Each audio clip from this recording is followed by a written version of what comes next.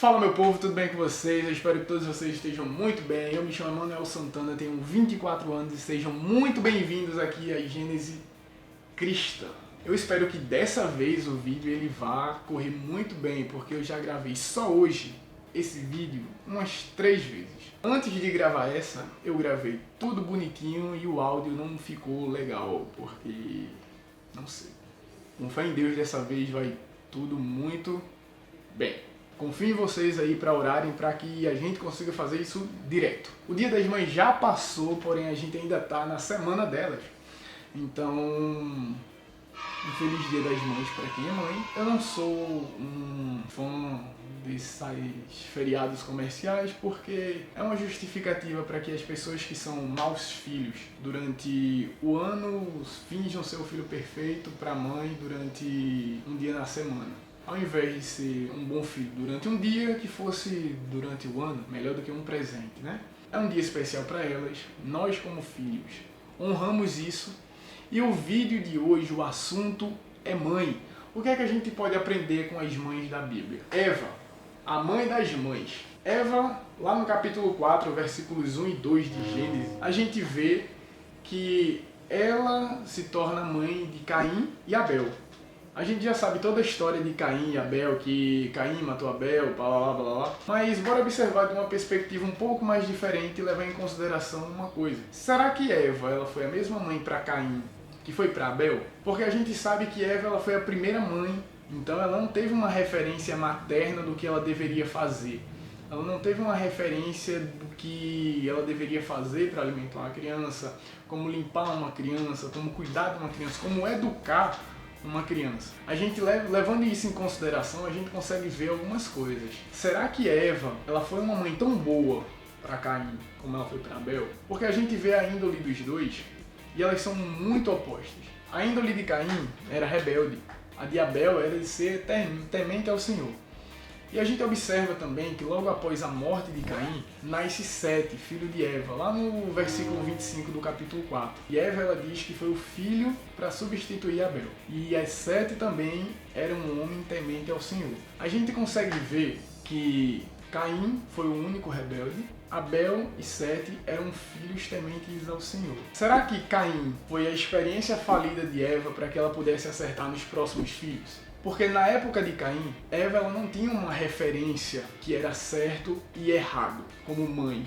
Mas a partir do momento em que ela teve Caim, e logo após teve Abel e Sete, os outros filhos dela foram tementes ao Senhor e só Caim que era o primeiro. Então a gente, se for pela lógica, a gente consegue observar que Caim ele foi uma experiência para Eva entender como era o funcionamento do que era ser mãe. Tá, mas vê só, isso aqui é uma teoria minha, tá certo? Isso é um pensamento meu, tá certo? Não que esteja na Bíblia que Caim foi um experimento falido de Eva. Perdi a linha de raciocínio, bateram aqui na porta. De Eva, a gente pode tirar o aprendizado com os erros de percurso. Eva ela não tinha nenhuma referência, ela não tinha como aprender, mas através dos erros dela, ela foi se modificando e melhorando a forma como ela ia sendo mãe. Outra história que a gente consegue observar e tirar alguma coisa para a nossa vida é a história de Ana. Lá em 1 Samuel capítulo 1, versículos 9 ao 19, a gente encontra a história da intercessão de Ana por Samuel, por um filho. A gente sabe que naquele tempo o contexto era que se uma mulher ela não tinha filho, se ela não poderia ter filho, ela não estava tão apta assim para a sociedade, ela não era uma boa mulher para a sociedade. Ana ela precisava e queria ter um filho, ela tinha esse desejo no coração dela. Então a gente observa que ela orava ao Senhor, chega um momento em que ela não consegue mais proferir as palavras e o profeta Eli olha para ela sussurrando e diz: mulher, aparta de ti esse teu vinho, para de beber. Ana, com a maior calma do mundo, olha para Eli e diz: que bebi do que, seu velho? Eu não bebo. Mentira, eu não disse isso não, tá? A gente vê que a insistência de Ana foi tão forte que no versículo 20 ao 28 a gente vê a história onde Deus concede a Ana um filho, que ela dá por nome de Samuel, e a história de ela cumprindo a promessa que ela fez com Deus, de entregar ele para viver na casa do Senhor todos os dias da vida dele. Então a gente aprende com Ana o poder da intercessão e oração naquilo que a gente quer, porque muitas vezes a gente acaba vendo que as coisas não estão tão bem para mim, então eu vou parar de orar. Se nós pararmos de orar, a gente acaba ficando mais fraco, mas quando a gente continua insistindo naquilo que a gente quer, uma hora Deus vai responder a nossa oração. A terceira mãe que a gente consegue tirar algo para a nossa vida hoje é a mãe de Moisés, Joquebede. A gente vai ver o contexto antes de observar e entrar na história de Moisés. A gente vai lá para Êxodo, capítulo 1, versículos 15 ao 20. A gente vê que Faraó ele lança um edito dizendo que todos os filhos nascidos homens vão ser lançados fora, porque os hebreus estão se multiplicando muito e ele não quer isso. E as mulheres guardadas para servir posteriormente quando crescerem. Lá em Êxodo capítulo 2, versículos 1 ao 10, a gente vê que Moisés ele nasce nesse contexto, onde os filhos homens não poderiam ser criados, eles tinham que ser lançados fora. E a gente vê que Joquebede ela não faz isso, ela não faz o que Faraó tinha ordenado. Ela guarda o seu filho por 3 meses até o momento em que ele não consegue mais ser escondido e ela tem que tomar uma decisão. Na cabeça dela, penso eu, ela tinha 2 alternativas. Ou ela lançava fora o seu filho, dava um fim nele, ou ela colocava ele em um cesto, lançava ele em um rio e contava com a sorte para ver o que é que ela esperava dele. Porque na segunda opção, o seu filho permaneceria vivo. Quando Joquebede faz isso, Miriam, sua irmã, fica de longe, avistando até onde o cestinho ia, e o cesto é encontrado pela filha de Faraó que estava tomando banho no rio. E a filha de Faraó encontra aquele cesto, manda procurar uma ama de leite para cuidar dele, e a mulher escolhida para ser a ama de leite de Moisés é a sua mãe. Joquebede recebe um salário para cuidar do seu filho.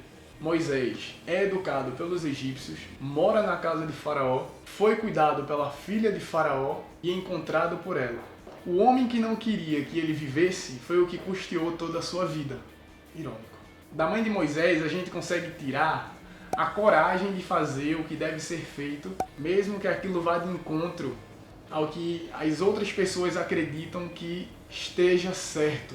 A mãe de Moisés simplesmente viu que ela não iria fazer aquilo com o filho dela, guardou o filho dela, teve a coragem de não fazer nenhum mal contra ele e Deus honrou ela. Da mesma forma, é com a gente hoje em dia. A gente precisa ter coragem e peito para enfrentar o que as outras pessoas acham certo e nós achamos que é errado. E por fim, eu não posso falar sobre as mães da Bíblia e não falar da mãe que me apresentou a Bíblia, a minha. Desde muito novo ela me ensinou os valores, mandamentos bíblicos, fé, Deus, tudo aquilo que a Bíblia se refere. Eu sou muito teórico em algumas coisas e gosto de ver aquilo que eu acredito, sabe? Se não fosse por conta dos ensinamentos dela, se não fosse por conta do cuidado que ela teve em me ensinar tudo que eu sei até hoje, talvez a gente não estivesse conversando hoje sobre Deus e a Bíblia de uma forma tão aberta assim. Tenho muito a agradecer, desde já fica o meu muito obrigado às 2 mulheres mais importantes da minha vida, a minha mãe e a minha avó. Desde já, meu muito obrigado e minha eterna gratidão. Fiquem com Deus, que é a base de tudo. Valeu, falou e até mais.